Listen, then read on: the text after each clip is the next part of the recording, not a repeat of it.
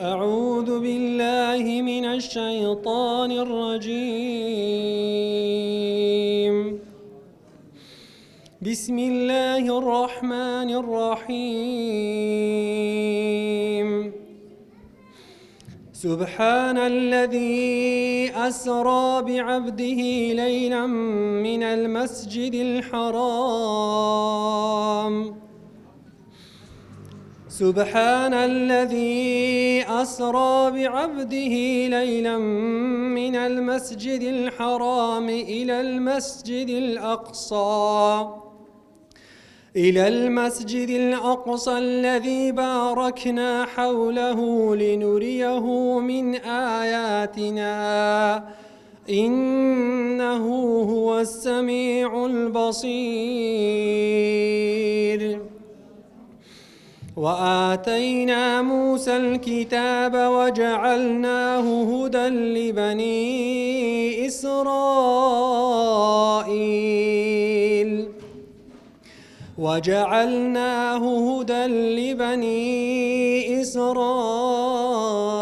ألا تتخذوا من دوني وكيلا ذرية من حملنا مع نوح إنه كان عبدا شكورا. وقضينا إلى بني إسرائيل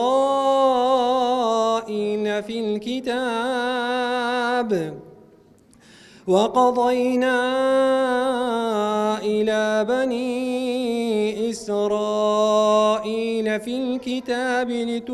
لتفسدن في الأرض مرتين ولتعلن علوا كبيرا. فإذا جاء وعد أولاهما بعثنا عليكم عبادا لنا أولي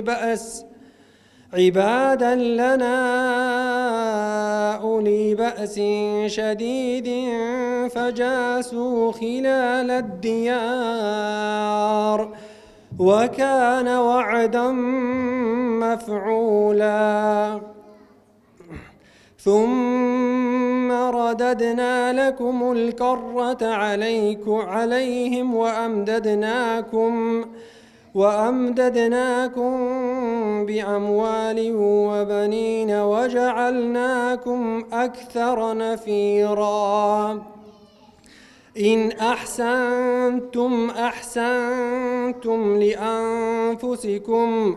وإن أسأتم فلها. فإذا جاء وعد الآخرة ليسوءوا وجوهكم وليدخلوا المسجد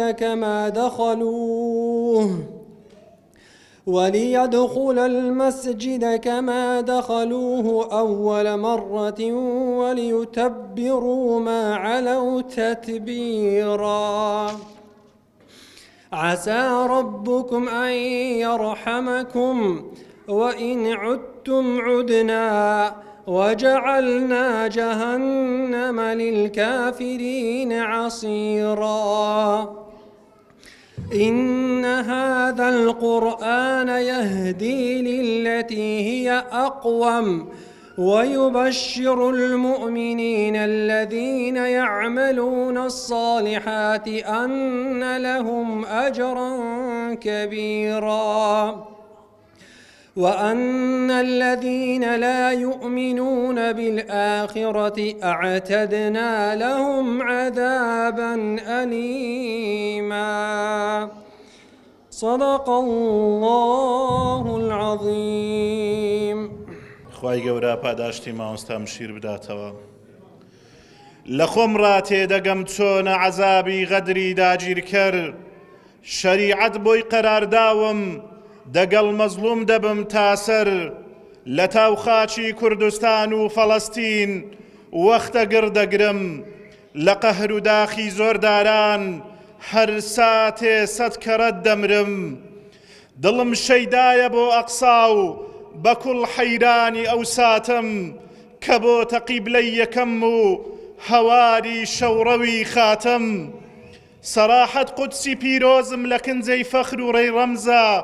صلاح الدینی ئەیوبیم لەوێ لێ دیارە هەر لەحزە لە غەزەی عیزەت و عەزم و ئیمان و جورئەت و ناڵە هەموو عالەم سەری سەتحی و تەعەجوب ماوە لەو حاڵە لە هەمبەرتەونی تاوانی گەورە هێزانی جیهان خۆر چ ویژدانێ کە بێهەست بێ و نەکا نەفرەت لە زوڵم و جۆر لە هەمبەر کوشت و کوشتار و ئیبادەی ڕژێمی زایۆنی چ ئینسانێ کە بێدەنگ بێ و نەکا نەفرەت لە ماسۆنی ئەوەی ڕەفزی ستەمکاری نەبێتە ڕێبازی ژیانی مسۆگەر بایی پولێکن دروشم و وجدان و دینی خودایە نەسرەتی ئەهلی حەق و مەزلومی دنیادەی سێبەری شومی زۆرداران لە ڕوخساری جیهان ڕادەی خودایە ڕژێمی زایۆنی و جلهێزان و کلک و جاشیان کەوا بە خوێنی مەزلومان مەست بوون و دەگەڕێ ئاشیان بەریان داوەتە ملهوڕی و پابەندی هیچ حەقێک نابن بە دەردێکیان بەری یا ڕەب بە دەردێکیان بەری یا ڕەب هەتا سەرسووک و ڕیسوابن ئامادەبوانی خۆشەویست بە ناوی مەڵبەندی سۆرانی کۆمەڵی دادگەری کوردستان بە خێراتنێکی گەرمتان دەکەین یاخوا بەخێر بێن سەرسەر و سەرچاوان ئامادەبوونتان لەم ئێوارە کۆڕام ئێستاش داوا لە بەڕێز مامۆستا مەڕوان گەڵاڵی دەکەین جەنابیان بفەرمێ بۆ پێشکەشکردنی وتەکەی بسم الله الرحمن الرحيم الحمد لله رب العالمين والصلاة والسلام على خير خلقه محمد وعلى آله وصحبه وسلم ربنا اغفر لنا ولإخواننا الذين سبقونا بالإيمان ولا تجعل في قلوبنا غلا للذين آمنوا ربنا إنك رؤوف رحيم آمين مامۆستایانی بەڕێز و خۆشەویست خوشکانی عزیز برایانی ڕێزدار السلام عليكم ورحمة الله وبركاته پێم خۆشە لە شەوێکی ئاوا لە خزمەت ئێوەی بەڕێز و خۆشەویستدا بۆ پشتیوانی لە خوشک و برایانمان لە کەرتی غەزە گردبوونەوەیەکی قنجیلانە و گربوونەوەیە کە دەربڕینی ناخ و دەرونی خۆمان بێتن بۆ مەزڵومیەتی ئەو خوشک و برایانەمان لە غەزە وەخوا زیارم خوای پەروەردگار بیخاتە تەرازوی چاکەکانمان و تەرازوی چاکەکانمانی پێ قوڕس کاتن وتارەکەی خۆم زۆر بە کورتی لە 5 تەوەر پێم خۆشە هەڵوەستە بکەم یەکەم قەزیەی فەڵەستینی خوشک و برایانی بەڕێزم قەزیەیەکی نەتەوەیی نییە قەزیەی فەڵەستین قەزیەی ئوممەتێکە قەزیەی ئوممەتێکە پەیوەست نییە بە عەرەب و بە کورد و بە تورک و بە فارس پەیوەستە بەوانەی کە خۆیان بە موسڵمان دەزانن هەر کەسێک خۆی بە موسڵمان بزانێ قەزیەی فەڵەستین تایبەتە بەو ئەوجا فەڵەستین و ئەو داگیرکاریەی زایۆنی لە 7 ئۆکتۆبەر دەستی پێ نەکردووە ئاوا خەڵکێکی دۆڕاو خەڵکێکی بەزی و پەنجەی تۆمەت بۆ حەماس درێژکاتن ئەگەر ئاوایان نەکردبایە ئاوانە دەکرا بەس گوێ ڕاگرن لە ساڵی 1948 لە ساڵی 1948 هەتا ساڵی 2023 دەزانن چەند فەڵەستینیان شەهید کردوون جوولەکە 100,000 فەڵەستینیان شەهید کردووە 100,000 فەڵەستینی لە ساڵی 1948 هەتا ساڵی 2023 کەواتە قەزیەکە قەزیەی 7 ئۆکتۆبەر نییە، ڕووبارە خوێنێکیان ڕشتووە و ڕووبارە خوێنێکیان داوە خەڵکی فەڵەستین. بەدەیان و بەسەدان قائید تیرۆر کراون. شێخ ئەحمەد یاسین لەکوێ تیرۆر کرا؟ هیچ شوێنێکی نەدەجوولا، نەدەست نەقاچ، لەسەر عارەبانەیەکی نوێژی بەیانی بۆ مزگەوت دەستی تیرۆریان کرد. ئەتۆ لەگەڵ دوژمنێک لە سیراعدای شەڕی لەگەڵکەی هەر دەتکوژی، شەڕی لەگەڵنەکەی هەر دەتکوژی، دابنیشی هەر دەتکوژی، بەخەوی هەر دەتکوژی، ڕابکەی هەر دەتکوژی. چار چییە؟ ئەوجا 700,000 فەڵەستینیان شار بە دەرکردووە، لە خاچی خۆیان دەرکردوون، ئاواران لە وڵاتانە. باشە،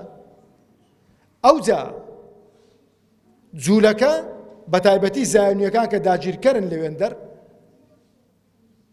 600 گوندی فەڵەستینیان کاول کردووە، تێکیان داوە نەیانهێشتووە، یان کردویانەتە مستەوتەنە یان خاپوریان کردو خەڵکەکەیان دەرکردووە. باسی بریندار هەناکەی. ئەوجا خۆشەویستانی خۆم، ئەوەی کە حەرەکەی حەماس چونکە خەڵکێکی بەزی و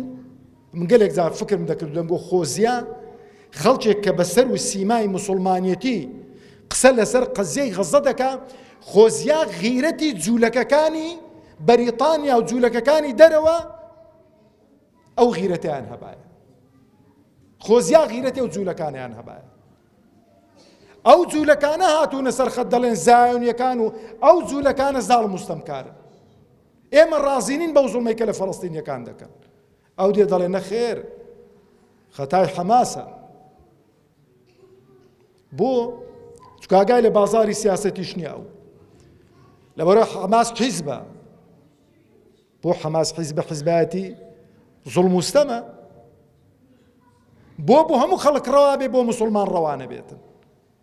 بەڵام بۆ بەرچاوڕوونیتان حەماس بە ڕەسمی لە ساڵی 2017 ئینفیکاکی خۆی ڕاگەیان لە ئیخوان الموسلیمین، وەکو حەرەکەی مقاومەی فەڵەستینی ڕەسەن خۆی ئیعلان کرد و سەر بە هیچ گروپێکی عالەمی نییە.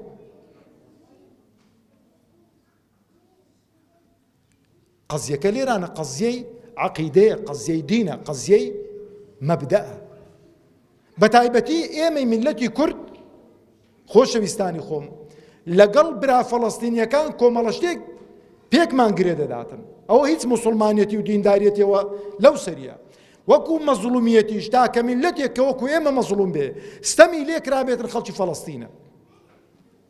خاچیان ئاویان هەموو شتێکیان داگیر کراوە. باوەڕتان بێمە لە زۆر ڕوو لەوان باشترین، بەڵام هەست بە مەعانان دەکەین کە چ زوڵمێکیان لێ دەکرێتن. ئەوە خاڵێک. خاڵی دووەم، خۆشەویستانی خۆم، زۆربەتان قورئان خوێنن، تەماشەکەن. خوای گەورە کە ئێمەی خەڵق کردووە و هەرچی کە عیبادات و خواپەرستی لەسەر فەرز کردوین وعدی چی پێداوین لە مقابلدا؟ وعدی بەهەشتی پێداوین و نییە؟ دەڵێ نوێش بکە دەت بەمە بەهەشت، ڕۆژوو بگرە دەت بەمە بەهەشت، حەج بکە دەت بەمە بەهەشت، عومرە بکە دەت بەمە بەهەشت، سەدەقە بکە دەت بەمە بەهەشت، لەگەڵ دایک و باوکت باش بەدەت بەمە بەهەشت، لەگەڵ جیرانەکەت باش بەدەت بەمە بەهەشت. هیچ چاکەیەک نییە ئەلەو دنیای خوا ئەمری پێکردبی ئیلا وعدی بەهەشتی داوە. ئەو جاوەش خاڵێکی دیکەیە. مەسەلەی جیهاد و قوربانی دانیش عهد و پەیمانێکە لە مابەینی خوا و لە مابەینی عەبدەکانی، تیجارەتێکە، بازرگانیەکە. خوای گەورە تەبارەک و تەعالا دەفەرمێ ئین الله اشترى من المؤمنين أنفسهم وأموالهم بأن لهم الجنة.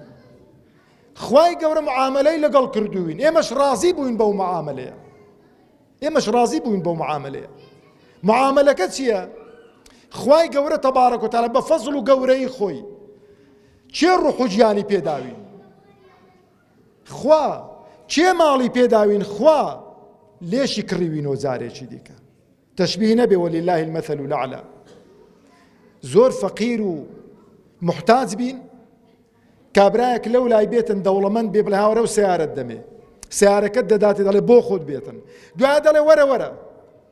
ئەو سیارەشت بینە بالێ بکڕمەوە بەدە قیمەت، چەند دڵخۆش دەبی. خوای گەورە تەبارەک و تەعالە خاوەنی ئێمەیە، ڕوح و گیانی پێداوین، سەرۆت و سامانی پێداوین، ئەو جا هاتووە دەڵێ وەرن با معاملەی چی و لەگەڵ بکەم. معاملەی چی یا رب العالمین؟ إن الله اشترى من المؤمنين أنفسهم وأموالهم بأن لهم الجنة. أليري مسألة معاملة قرين فروشتنك خواي قور باس يك عبادتي دي كناكاتن باس يشكل عبادته خوا پرستيكان دكا كأمره مسلمانان ليدة ترسل بو چکە مسلمانان لە ئیستضعاف و لە بەزین داین، دوژمنانمان هێز و قووەتیان بەدەستە، لەبەرەوەی ناوێرین باسی ئەو فەرەزیە غائبە بکەین کە لە عالەمی ئیسلامی غائب بووە. ئەویش چییە؟ خوای گەورە تەبارەک و تەعالە دەفەرمێ دەجەنگن، جیهاد دەکەن، دەکوژن و دەشکوژرێن، ئەلە پێناو ئەوەی بەهەشتان پێدەدەم. یعنی چی؟ یعنی ئینسانی ئیمانداری ڕاستەقینە لێران ئەگەر ڕاست کا لەگەڵ خوا، ڕوح و گیان و ماڵی خۆی بەخوا فرۆشت بێ، دەبێ ئامادە بێ ڕوح و گیانی خۆی بە قوربانی خوا بکات. ئەوانە وایان کردو. دخوا و پرسیارە لە خۆم و لێوە دەکەم. ئەمن لە یادمە لە ساڵی 91 هەر گۆتیان هات چە هات کەس نەزانی چا سۆران چۆل بوو، کەس لەو سۆرانەی نەما، بەس بە هات، نە فیشەکەک تەقی، نە سارۆخەک تەقی، نە تەیارەیەک هات، نە سارۆخەک هات، نە نەوەویان لێداین، بەس بە هاتە هات ئیوا هەبوو منداڵی داویشتە ناو ڕووباری. ئەوەی کە بەسەر ئەو ئومەتەی دێتن، بەسەر ئەو خەڵکەی دێتن، بە ڕوبعی بەسەر ئێمە هات بە باوەڕتەبی دارمان بەسەر بەردە، کەس نەدە بۆ برای کەس. چما دەبینن ئەوانەی کە ئیوای 8 منداڵی ڕیس کردووە، عائیلەی هەموو ڕیس کردووە، لەسەریان ڕاوەستا دەڵێ الحەمدولله، خوایە سوپاس و ستایش بۆ تۆ، خوایە لێم قبول بکەی ئەو شەهیدانە. چما دەبینی گلەیەک لە حەماس بکاتن، دەبینی بڵێ وەلا خەتای حەماس بوو، دەبینی دەڵێ بڵێ حەماس ماڵی ئێمەی کاول کرد. ئەفەندی ئەتۆ لەسەر جێیەکی گەرمی، پاروت چەورە، شەرم لە خۆت ناکەی بە کۆڵێ ڕیشەوە، بە سیمایەکی مسلمانانەوە دیفاع لە جوولەکە دەکەی و هێرش دەکەی سەر برا مسلمانەکانت. چ وەڵامی خوا دەدەیەوە؟ غیرەت و شەهامەتی ئەو دایکە جگەر سوتاوانەت هەبێتن، ئەوان واقعی خۆیان چاکتر دەزانن. ئەو جا خۆشەویستانی خۆم، زۆر گرنگە ئینسان دنیا با یەک شتان پێ بڵێم، ئەمە هەمومان لێرە دانیشتووین، خوا تەبارەک و تەعالە خوایە. ئێستا ئەمە دەبینین منداڵێک دەگرێ، منداڵێک دەکوژرێ، هەمومان فرمێسکمان بە چاودا دێتە خوارەوە. ئەو سۆز و عەتفە خوای پەروەردگار نیتی تەبارەک و تەعالە بە مردنی ئێمە و ئەوان تێک بچێ خوای پەروەردگار تەبارەک و تەعالە. دنیا لای خوا تەبارەک و تەعالە پێغەمبەر دەفەرمێ عەلەیهی سەڵات وسەلام ئەگەر قیمەتی باڵە پێشولەیەکی هەبایە، قیمەتی باڵە پێشولەیەکی هەبایە، نەیدەهێشت کابرای کافر یەک قومە ئاوی بخواتەوە، نەیدەهێشت کابرای کافر یەک قومە ئاوی بخواتەوە.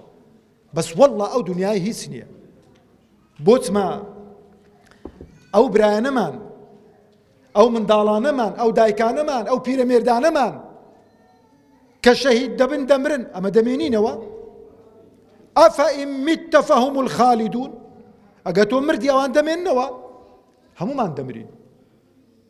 کۆتایی بە ژیانی هەمانمان دێ بەڵام شەتانە بەینە ذالیک کوا مردنێکی بە عەزیزی کوا مردنێک لە ڕۆژی قیامەت و حەشر و حیساب زیندوو بکەیەوە خوێن بە قالبت دابێتە خوار بڵێ یا رەب العالەمین لە پێناوە تۆدا شەهید بووم کوا مردنێکیش بە زەلیلی و بەسەر شۆڕی شەرم بکەی ئارەقەی شەرمەزاری بەنێو چاوانت دابێتە خوار وەڵڵی خوایە من چ بڵێم لە فڵانکە دەوڵەتە تەوزیهیان دەدا فڵانکە وەلی ئەمرە تەوزیهی دەدا فڵانکە حیزب عەلمانیە تەوزیهی دەدا ئەمیش بە قسەوم کردووە بەگەڵێکەوە بڕۆ ڕاکێشن ئەوجا خۆشەویستانی خۆ خوای گەورە ئەو ناخۆشی و ناڕحەتیانەی کە دێنێتە سەر عالەمی ئیسلامی و سەر مسلمانان و سەر هەموو دنیا لە بۆ دووشتە وَلْيُمَحِّصَ اللَّهُ الَّذِينَ آمَنُوا وَيَمْحَقَ الْكَافِرِينَ ئەو دوو خاڵەیە بۆ ئەوەی کە مسلمانان لە بێژینگدا تخوا و پرسیارە لە خۆم و لە ئێوەش دەکەم ئەگەر ئەو وەزعی غەزە نەبایە ئەو قیناعە لەسەر ڕووی ئەو کۆمەڵە منافق و دووڕوە لا دەچوو لا دەچوو لا نەدەچوو کاکە ئەمن ترسنۆکم ناوێرم باسی جیهاد بکەم جیهادیش ناکەم ناوێرم کەلیمەی مجاهدینیش بەسە زاری خۆدا بین کاکە بێدەنگ دەبم قسە ناکەم برا صم بکمون تەواو بۆ بێم کۆمەڵە پاساوێک بێنمەوە بۆ مبەڕیری مووقیفی خۆم حیا و ناموسی خۆشم ببەم بۆ چێن دەرێم چاکە بۆ دنیایان بۆ دوا ڕۆژم ئەوجا ئەوەی کە تۆ شەڕی لەگەڵ دەکەی ئەوەی کە شەڕی لەگەڵ دەکرێت کوڕە خۆت دوو تایفەی مسلمانان نین بڵێ بۆ دینم چاکە جوولەکەن جوولەکە ئەوەن کە خوا زەمی کردوون لە قورئان ئەوە کە خوا بەلعنەتی کردوون لە قورئان ئەوە کە خوا تەبارەک و هەرچی صفاتی خراپە باسییان دەکاتن ئەتو دەی لێرانە بۆ من مەدح و سەنایان دەکەی و بە شێر دەیان شوبهێنی ئەوە دینە ئەوە مەبدەئە ئەوە وەلاء و بەراءە وَلْيُمَحِّصَ الَّذِينَ آمَنُوا بۆ ئیمانداران پاڵفتە بکرێن ئەوەی تریان چێ وَيَمْحَقَ الْكَافِرِينَ مەحقی کافرین یعنی کافر و بێباوەڕان لە هەموو ڕوویەکەوە تووشی نەقوستانی و زەرەر و زیان ببن بۆ معلوماتتان ڕاستە خەڵکێکی زۆرمان لێ شەهید بووە لە منداڵ و لە ژن و لە پیاو بەڵام وەڵڵا ئەوەی کە بە جوولەکە کراوە ئەوەی کە بە زایونیەکان کراوە لە دوای هیتلەر شتی وایان بە خۆیانەوە نەبینیوە و ئەوەی تریش دادێتن وە گومانیشتان نەبێ وەڵڵا وەبیللا وەتەڵڵا خوای پەروەردگار تەبارەک و تەعالا ئێستاش نەبێ ئەمڕۆش نەبێ چەند ساڵێکی دیکە بێتن دەبێ ئەو جوولەکەی لێون دەرێ بڕوات وە وەعدی خوایە خوا ڕسوایان دەکات زەلیلیان دەکات ئاخر قسەشم ئێمە چ بکەین ئەمە دوو شتمان پێ دەکرێت بۆ خوشک و برایانەمان یەکەم دوعامان پێ دەکرێت لە دوعاکانتان لە سوجدە لە ڕکوع لە دوای نوێژەکان لە شەو لە کاتی بە ڕۆژوو بوون و فیتارکردنەوە با خۆت وەفکردن نەبێ ئەوانە تۆفکر بن دوعای خێریان بۆ بکەن لەخوا بپاڕێنەوە بڵێن خوایە ئەگە کردەوەیەکی چاکمان هەیە ئەو کردەوەیەت لێ قبول کردوین خوایە بۆ خاتری ئەو کردەوە چاکانەمان ئەو مسلمانانە سەر بخەی ئەو مسلمانانە ڕزگار بکەی عزت بەو مسلمانانە بدەی یا رب العالمین ئەوەی دی ئەتوانین بەشێک لەو ماڵەی کە هەمانە لەو پارەی کە هەمانە بیبەخشین لە بۆیان بنێری پێیان دەگا بەڵێ بەشێکی هاوکاریەکانی ئێوە گەیشتە غەزەی تەوزیع کرا بەسەر ماڵەکاندا تەوزیع کرا بەسەر ئەو خەڵکە لێ قەوماوەیدا بەشی دووەم پێم خۆش نییە ئەلانی کەم بەڵام شتی چاکتر و باشتر و بە چاوی خۆتان دەبینی زۆر گەورەترە دەیانگاتێ بە حەول و قووەتی خوا ئەوجا ئەگەر ئامادە نەبین بە بەرچی خۆمان بینە بەر بە بەشێک لەو پارەی بینە بەر هاوکاری ئەو خوشک و برایانەمان بکەین ئامادەین بچین سبەینێکە بە ڕوح و بە گیان دیفاعیان لێ بکەین نەبەخوا لەبەرەوەش لە دوای ئەو کۆڕە بەرماڵێک لێرە دادەندرێتن ئەوەی کە دەخۆی ڕادەبینی لە 250ەوە چەندی لە دەستت دێ مەڵێکەمە ئەتۆ 500ت پێیە 500ی تەبعت پێیە 250ەکەی دەدەی نیوەی ماڵی خۆت بەخشیوە نیوەی ماڵی خۆت بەخشیوە ئەوەی تری خوا بخۆی خاوەنە شتی گەورەتر بەسەر عالەمی ئیسلامی داهاتوو مسلمانانی شەرماون شتی تریشمان بەسەر دادێ بەڵام ڕۆژەکیش دادێ ئەو جوولەکانە دەبینن قەسەم بەخوا مسلمانان ڕاویان دەکەن حەدیسی پێغەمبەری عەلەیهی سەڵات وسەلام دەچنە پاش بەرد دەچنە پاش دار خۆیان دەشێرنەوە دار و بەردیش لای مسلمانان دەبێ دەڵێ مسلمان وەرە ئەوە جوولەکەی خۆی شاردۆتەوە بیکوژە خوایە بۆ خاتری ناو سیفەتە جوانەکانی خۆتکەی بۆ خاتری ئیسمی عەزەمی خۆتکەی یا ڕەبی خوایە چۆن نوحت ڕزگار کرد چۆن موسات ڕزگار کرد عەلەیهی سەڵات وسەلام یا ڕەبی خوایە چۆن عیسات بەرز کردەوە بۆ لای خۆت یا ئەکرەم الئەکرەمین یا ڕەبی خوایە چۆن ذەنونت ڕزگار کرد لە زجی حوت یا ڕەبی خوایە چۆن ئیبراهیمت ڕزگار کرد لە ئاگر یا ڕەبی خوایە ئەو خوشک و برایانەشمان بپارێزی و ڕزگاریان کە یا ڕەب العالەمین یا ڕەبی خوایە سەرکەوتن بە قسمەت برایانی موجاهیدمان بکەی لە فەڵەستین یا ڕەبی خوایە سەرکەوتن بە قسمەت برایانی موجاهیدمان بکەی لە فەڵەستین یا ڕەبی خوایە سەرکەوتویان بکەی یا ڕەبی خوایە سەقامگیریان بکەی یا ڕەبی خوایە سەقامگیریان بکەی اللهم سدد رميهم اللهم سدد رميهم اللهم سدد رميهم اللهم عليك باليهود اللهم عليك باليهود اللهم عليك باليهود اللهم زلزل الأرض تحت أقدامهم اللهم شتت جمعهم اللهم شتت جمعهم وصلى اللهم على محمد وعلى آله وصحبه وسلم خی گەورە پاداشتی مامۆستا مەڕوان بداتەوە کوردستانم دەستە خوشتی فەڵەستینی داگیر کراوە هاوڕێی قودس و غەزەی خەڵتانی خوێناوە بێ قەید و شەرت سوپای نەفرەتی بۆ هەموو داگیرکەرێک دەڕێناوە کوردستان و فەڵەستینم بە یەکەوە یەک پەیامیان بۆ بەردەمی ویژدانی دنیا هێناوە مافی بوون و سەروەری و ژیان قەوارە و چیان بۆ هەر هەمووان ئێستا غەزە بە پاڵپشتی زلهێزانی جیهان خۆر و لە بەردەمی ویژدانی مردووی دنیاوە نێچیری داگیرکەرێکی بێ ئامان و بێلغاوە ئێستا غەزە بەسەر کەناری دەریاوە تینووی ئاوە بەخۆی و پەرداغێکەوە ڕاوەستاوە لە جیاتی ئاو باڕووتی بۆ دەکرێتە ناو لە جیاتی بەزەیی و شیفا و عوزر و پاسا و دەریا و زەوی و ئاسمانی بۆ دەکرێتە داو ئێستا غەزە لایەک قەڵای بەرخودانە و چێوی ورە و کۆڵنەدانە و لایەک خوێنی بەناحەق ڕژا و بۆ تەلافا و لایەک هەڵمەت و هیممەت و نرکە و نەڕەی مقاوەمە و ڕەفزی دیلی و تەسلیم بوون و مساوەمە و بریسکەی شمشێری هەڵکێشرا و لەلایەک زریکەی منداڵ و پیر و کەنەفت و بێحاڵ و دایک و باوکی جەرگ سوتا و هەنیسک و قوڵپی گریان و دابارینی ئەسرینی خوێنینە لە چاو ئێستا غەزە تاقیکردنەوەی جیهانە تاقیکردنەوەی ویژدانە تاقیکردنەوەی ئیمانە تاقیکردنەوەی دروشمە تاقیکردنەوەی دروشمە بۆش و بریقەدارەکانە تاقیکردنەوەی قەڵەم و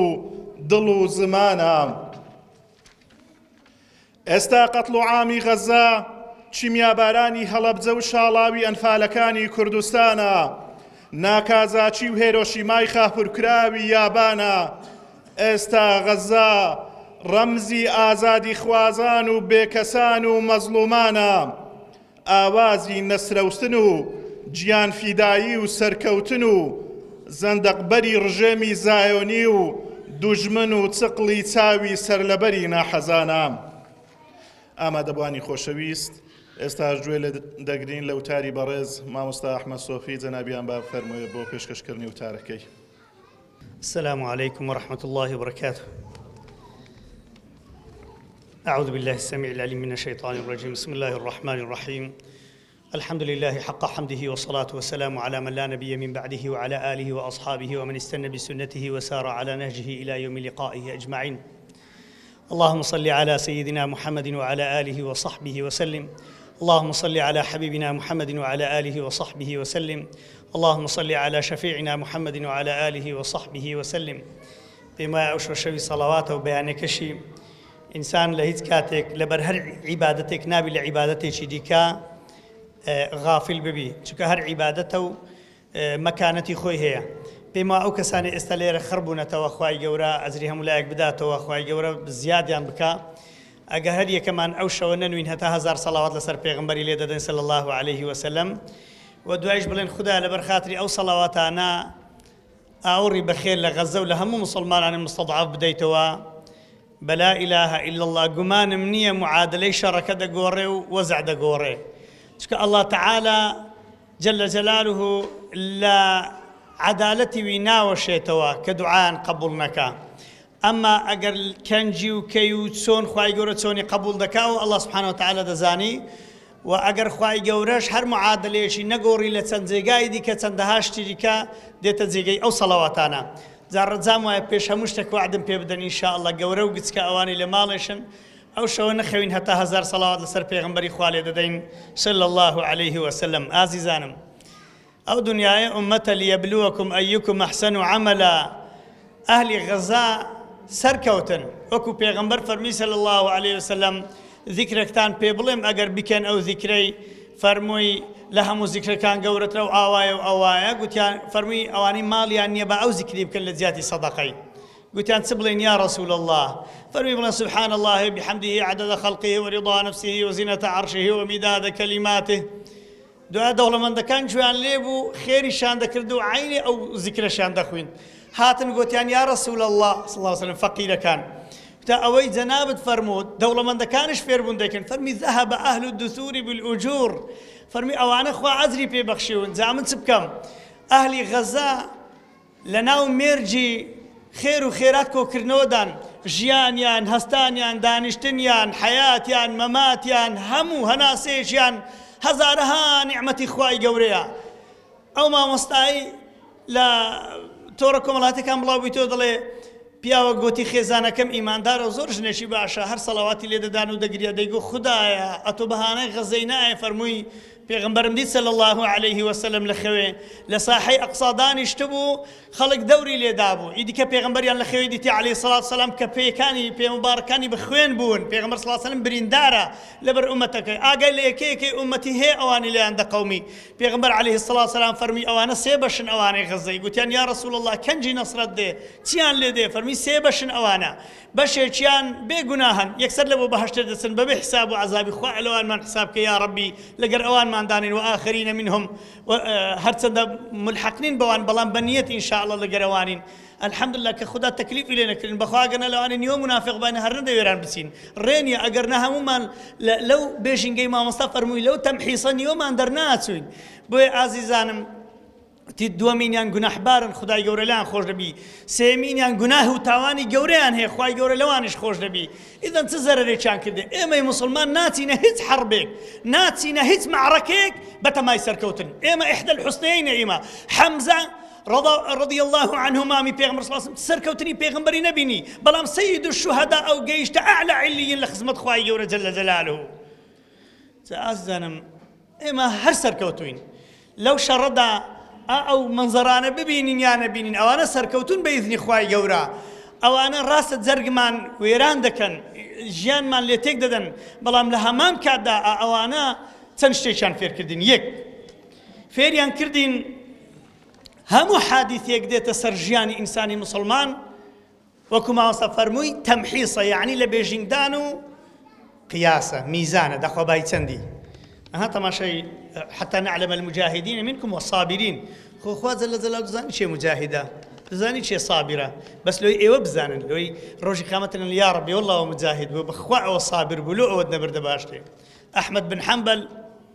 رحمه الله سر مذهب ديناس الإمام أحمد قلت شو شيء خواي يورم لخيوديد رب العالمين بيقولتم أحمد تذكر جل ومن الله أكبر بەس کتێبە مسنەدەکەی 26612 لاپەڕە لە ئاخر نسخەیدا بەس ئەو کتێبەی نووسیوێتی 50 مجەلەدە مسنەدەکەی هەموو ژیانیشی خزمەتی ئەو دینی بوو هەتا ئەو ڕۆژەی وەفاتی کرد لە سزنێ ڕزاوە هەندی لێ بدەن ڕوود بۆ لەگەر قامچی لێدانێ بەدەستی شێش خەڵکانێک کە خۆیان پێ موسڵمان بوو ئەزا خەڵک و خزم و مسلمان ئەزیێتت دە دوو تعزیبی تێدا یەک کەوات و تعزیبێ خۆی دووەمیش مسلمانە تعزیبت دەدا بەناو مسلمانە چەند ناخۆشە ئەوجا وتی ڕاوەستام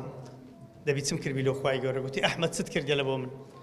طبعا هەرچی بکەی لۆ خۆتە ومن جاهد فإنما يجاهد لنفسه أو جهادش دك لو خوي دكا أو كاك حاجة سبيني بسي قناصة شيء دزدات يقول لك شيء ده لو خوي كرديا خو خداي جورا همو ما نوكو بيغمبران بتسلموا شيء خداي زيادناكا كل لو خود قازنستا همو شيء شيطاني اللي بين والعياذ بالله تسلموا شيء خواي كم دكا بنا بخواي فرمي فكرم كردو ودبي تم كربي لو خوي قلت يا ربي هي تملوتونا كرديا الله أكبر أحمد بن حنبل فرمي والله هي تم ببيرنا لو تم كربي خدا بس هەوڵم دا شیرکت لۆ پەیدا نەکەم یەکشتم کردێ بەس محاولەم کردێ شەریک لۆ پەیدا نەکەم فەرمی ئەدیلۆ ئەو ڕۆژەی گوتت بەو خواردنەی نەخۆش بووم نەخۆش بووی گوتت بەو خواردنەی نەخۆش بوویمە لۆ نەدگۆ خوای گەورە نەخۆشی کردم گوت خدا تۆ بە ئەستەغفر الله بەڕێزانم ئەوانەی فێرە عیبادەتی جوانە بن زۆر ناسکە بن لای خوای گەورە هەموو حرەکاتێکتان لەسەر حیسابە ئیسلامیەکان مامۆستایان ئەهلی دین ئەهلی سەحوە ئەو خەڵکە چاوی لە ئێمەیە یەک پێ بە خواری دابنین ئەمە زۆرەکەوی لە لای خوای گەورە چونکە خوای گەورە ئێمەی هەڵبژاردێ لەنا ئەو جەمعە بین ئێمەی هەڵبژاردێن لەو مزگەوتە بین 12-13 هەزار کەس لێرە بە ئیش وا دەسوڕێتەوە ئێستا لە کوێن چۆن دەبێ بانگەواز بکرێت لە بۆ غەزەی یەک کەس لێرە دابنیشی بەس دابنیشی ئاوێکشی بدەینێ خزمەتشی بکەین لەسەر کورسیشی دابنین کەواتە کە خودای ئێمەی هەڵبژاردۆ ئاگاتە لە خۆ یا ڕەبی خوا هەموو لایەشی مەحفوظ کە بۆ خاتری عەزەمەت و گەورەی دووەم ئەو حادثەی غەزە پێمان دەڵێ ئیمتیحانی سوڵتانەکان و حکامەکان زۆر گەورەی چکەوان شتیان پێ دەکرێت ممکنە یعنی جوامێرانە هەبی شی پێکراوی مەسەلە ئێستا لەو ڕۆژانە زانیم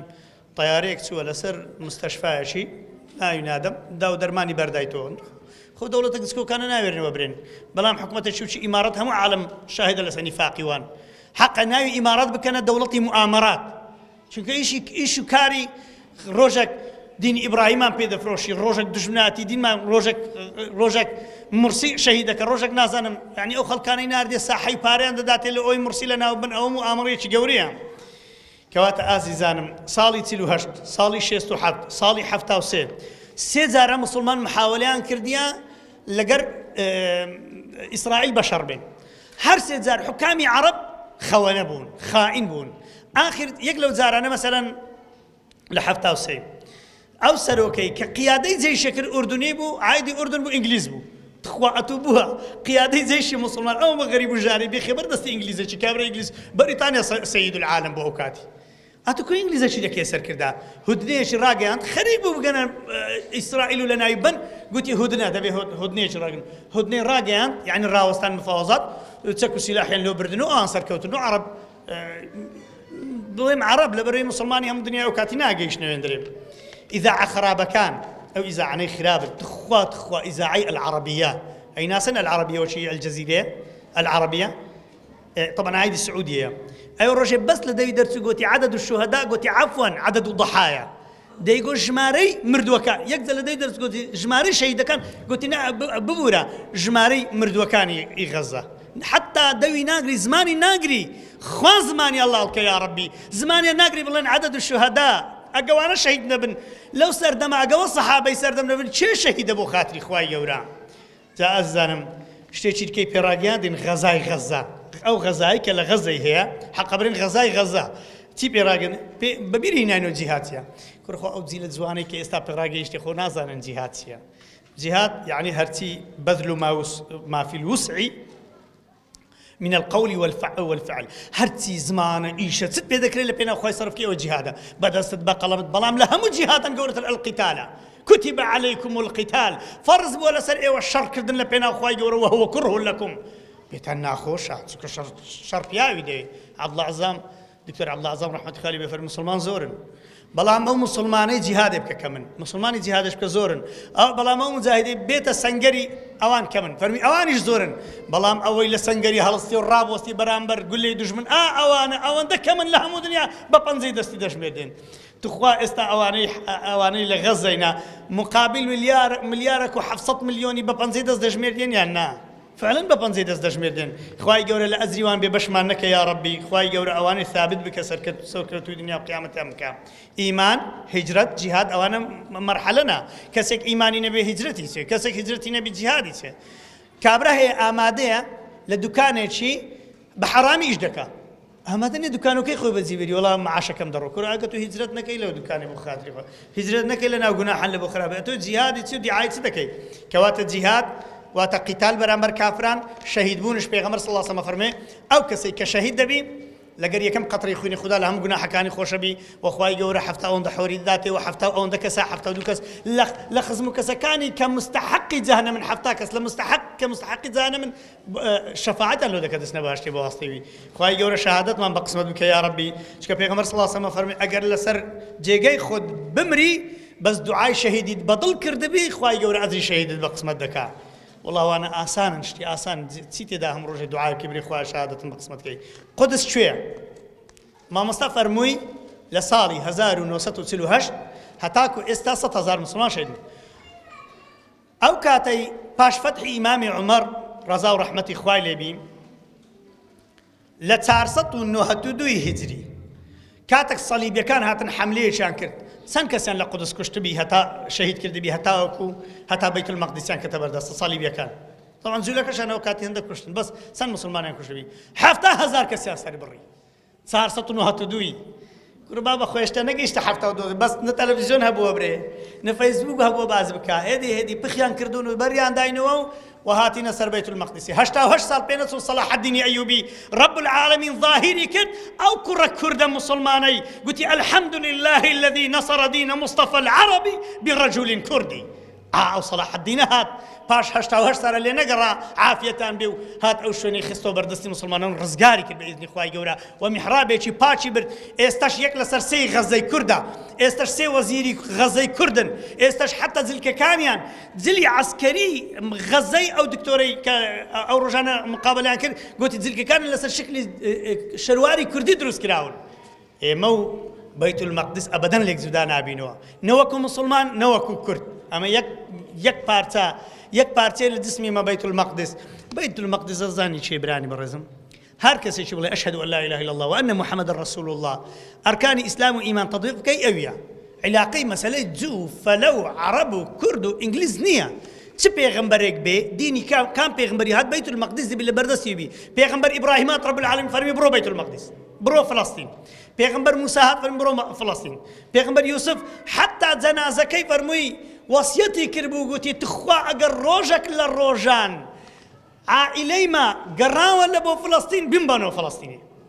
پێغەمبەر موسا گەڕاش پیرژنێکی دیتۆ گوتیە پیرژنەکەی کا قەبری یوسفی پێغەمبەر یوسفی یەک پیرژن پێی دەزانی گوتی بە شەرتێکی پێت دەڵێم دوعا بکەی لە بەهەشتە لەگەر تو دابم ئەوە هیمەت بەرزیە دوعای لۆ کرد پێغەمبەر موسا لە جاتی لە خوای گەورە پارەتەوە لەو پیرژنەکەی پاڕەوەتی بەس جێکەم پێ بڵێ ئەوجا حتا جەنازەی پێغەمبەر یوسفیان دەکە خۆ بردۆ سەلامی خوا لەسەر پێغەمبەران دەبێت لەوێ بن مەهدی ئەنبیا تەنها محەممەد صلى الله عليه وسلم و ئومەتەکەیەتی کە ئیمانی بە هەموو پێغەمبەرانە ئەگەرنا کا ئومەتەکان کە ئیمانیان بە جەمیعی ئەنبیا هەیە هەتا حەزرەتی عیسا دن لەوێ دەپرسنەوە ئەدی پێغەمبەر محەممەد صلی الله عليه وسلم خۆگە لەبەر پێغەمبەر محەممەدی نەبی والله معجزەکانی پێغەمبەر عیسای ئەوەی لە قورئانی هاتە یەکشت لە چار ئەناجیلەکانیان نییە لە ئینجیلەکانیشان نەبووەکو ئیبن القەیم دەفەرمێ جوولەکە چێنە بە کورتی جوولەکە لتجدن أشد الناس عداوة للذين آمنوا اليهود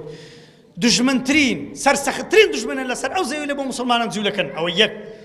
هەتا برێ گەنجی برێ کوڕی خۆت کوڕم جوولەکە گەلک خرابن گەلک ئەوەن ئەو ڕۆدی تەن ئەمانە جوولەکەن ئەوە پێناسی جوولەکەی باش بیان ناسن دووەم جوولەکە ئەوانە بوون بەخوان فەرموو خوا ڕەزیلە ئەستەغفر الله یەد الله مەغلولە کافر بوون بەو کەلیمە و بەوەی کە ئیمانیان بە پێغەمبەری ئێمەشن صلی الله علیه وسلم لەو کات پێشەوەی پێغەمبەری مەش بێ خۆیان کافر کرد بەو کەلیمانە قوتيان إن الله فقير ونحن أغنياء خوا فقير ما دولة من دين أستغفر الله هر أوان بنقوتن عزير ابن الله عزير كري خوايا هر أوان قتلة الأنبياء ابن كثير لا تفسير خوي لآيات ويقتلون النبي بغير حق دلي بينصتو بينص بيغمبريان شهيد كردينا ما مستاهل لخطبة لا دابون ديقول والله بالله إمام عمر شان لخطبة لا داب استكا ملة هر هندي ذكري استدكا ملة كاك هسناك بخوا برهاني برز خوش كسك بينصت بينص بيغمبري شهيد كأوت سلوي غزة سلوي كأوت إيه باور بس ده كان بخاطر خواي جورا وعميل كان ينبو باورم بيده كان أو سيوسيمين روجا سيوتارمين روجا مسلمان غزلوا حالة أو رزانيت صدقوا معناته من المؤمنين رجال صدقوا لنا إيمان دارن هندك فيها هنا كراس بكل غير خواي جورا يا ربي خواي جورا أو صدق كمان بقسمتك ليش خواي جورا فرمي ومن يطع الله والرسول فأولئك مع الذين أنعم الله عليهم من النبيين لدوي بيغمبران والصديقين أعوانا صدقوا أنا الراس لكن هنجي والشهداء والصالحين وحسن أولئك الرفيقا موقف ما نسبي ما مستوى عربه كانت سبكا يك لبنى مالي ملكة كان السعودي جنك سبوا بريطانيا قلت تسليمي ناكم يك روج نفتيان اللي راقرتن يك سرجنا كان تسليم كردو أولو لا سرجنا شيء أو إذا كي بلام أميري شيء خود سويته يندري تسليمي ناكيو نو خيانتيان لبكو أسرار كشفكا أديلو لو مسلمانين يك دقشران أقدي أديلو غازران أقدي كورانغو مظاهرة جورة تاندي تلا دولة عربية كان جاكرتا تاندي إندونيسيا دولة نا مسلمان كان تنبيني كواتا غزة دوسك كلمة دوباره كم غزة هيبتي شاباك وموساد وإسرائيل وأمريكا شكال حياة همواني بر بوتي وايلي ذا كان لو يجاري شركة زرعتنا كوابك بلام قسم بخواي ورا أوانا يك لحظة تنازل لكن هركاتك دوري خوان بين وكوزارن دوباره ذا كانوا كواتا ما مستعي عيني تبكى كاكا ما مستعي عيني برام بدفاع بك خلش تبقيني زولكتي خلش تبقيني بيت المقدس معناتها مشكلة زهل بصيرات ملاك هاتبو ديتم للسعودي ديقو أوانا شيعة بابشتيان دكا باشا براي برز خوشويستم پیغمبر صلى الله عليه وسلم وقتی هجرتی کرد لمکه لبو مدینه چی بپاره کرد عبد الله کوری اوريقتی کرد کابرای چی نصرانی بو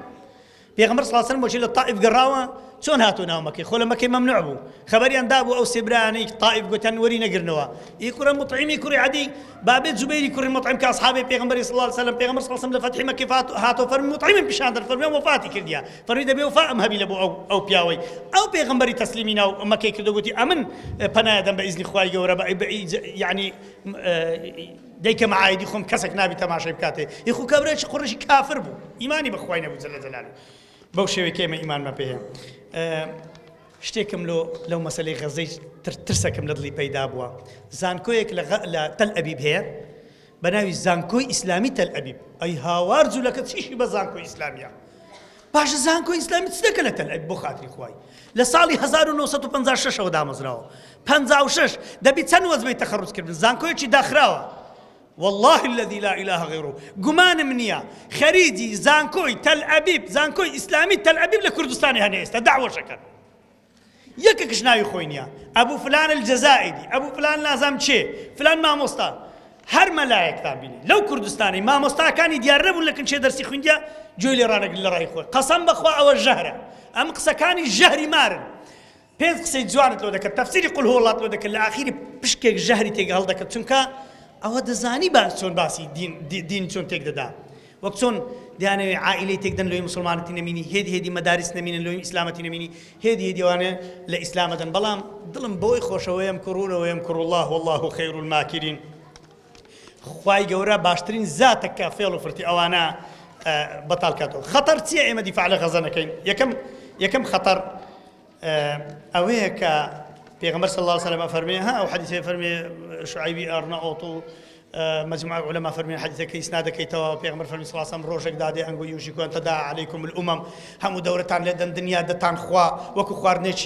خوارنيشي لذيذ خوش كم وكو قصعيش هم دتان خون قلت لبرت يا رسول الله كم فرمي ناوشي كفي سر بحر فرمي لبرت فرمي لبري وهنتن هي قلت وهنتيا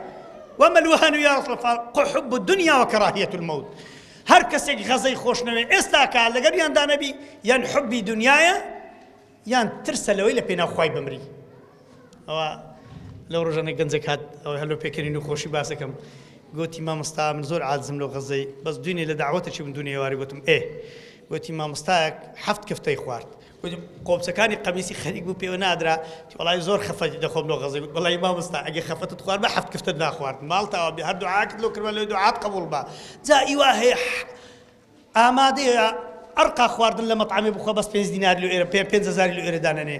بابا ئەوڕۆ لە زیی خۆت بگرۆ منداڵەکەت فێر کە برێ ئەوڕۆ دەچێ مەکتەبێ ڕۆژانەکەت لۆ غەزەیە دەخۆ بزانم بەشداری لەوەی یان بەشدارنی کەواتە خەتەرەکە لەوەیدایە ئیسرائیل هەتا ئێستا جواب ناتەوە دەرێن ماذا بعد غەزە دەرێن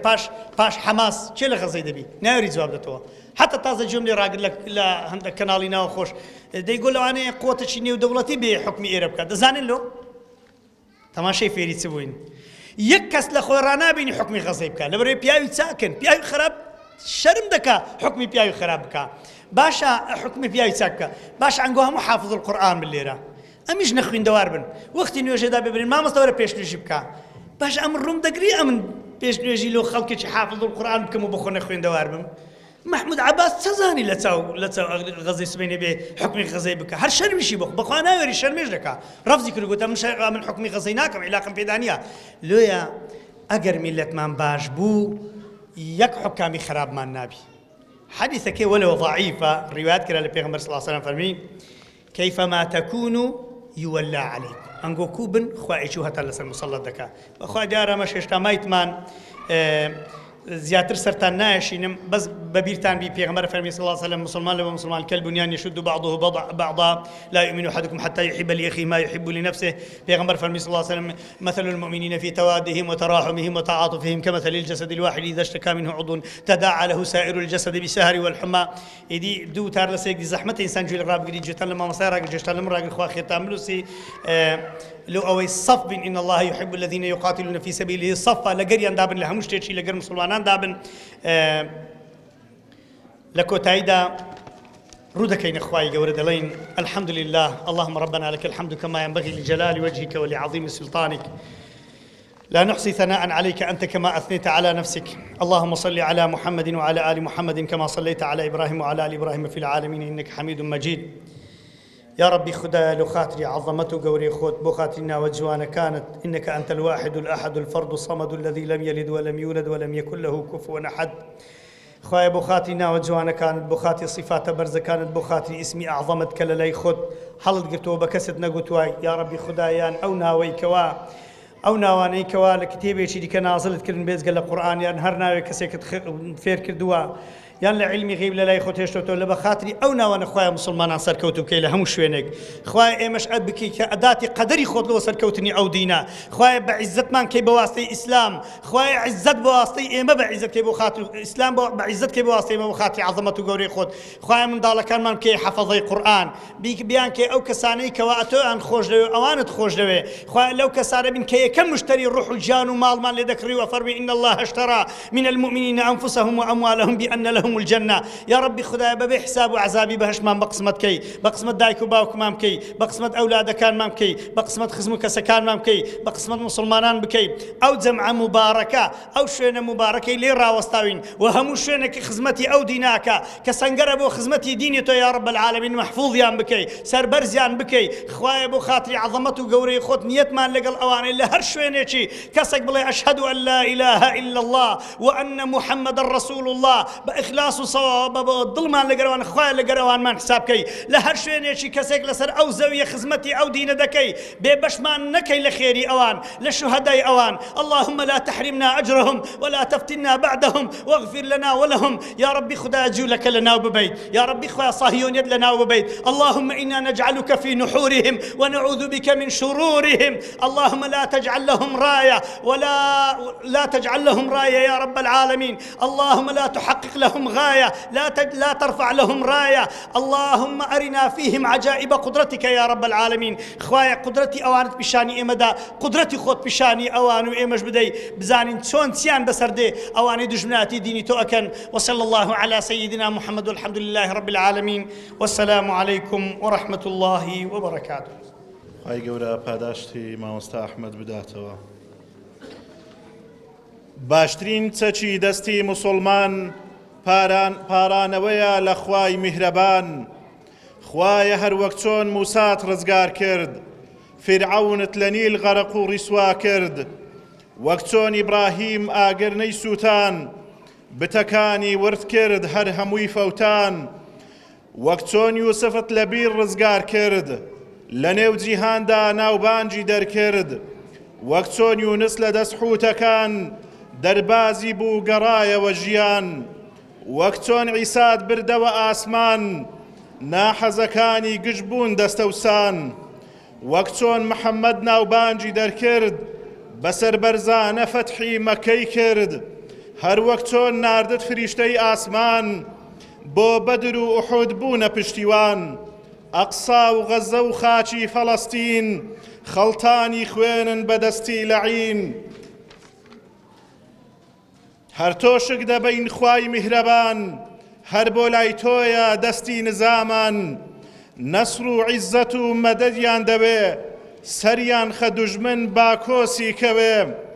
ڕژێمی زایۆنی و زاڵم و زۆردار تەفروت و ناکەی ئەی خوای جەبار خوایە ببەخشە ئومێدێک پێمان ئیسلام عەزیزکە و بگە فریامان خوایە ببەخشە ئومێدێک پێمان ئیسلام عەزیز بکە و بگە فریامان ئامادەبوانی خۆشەویست بەو شێوەیە کۆتایی بە کۆڕەکەمان دێنین خوای پەروەردگار پاداشتی هەموو لایەکتان بداتەوە کە ئەزیەتتان کێشا و ئەم شەو لێرە ئامادە بوون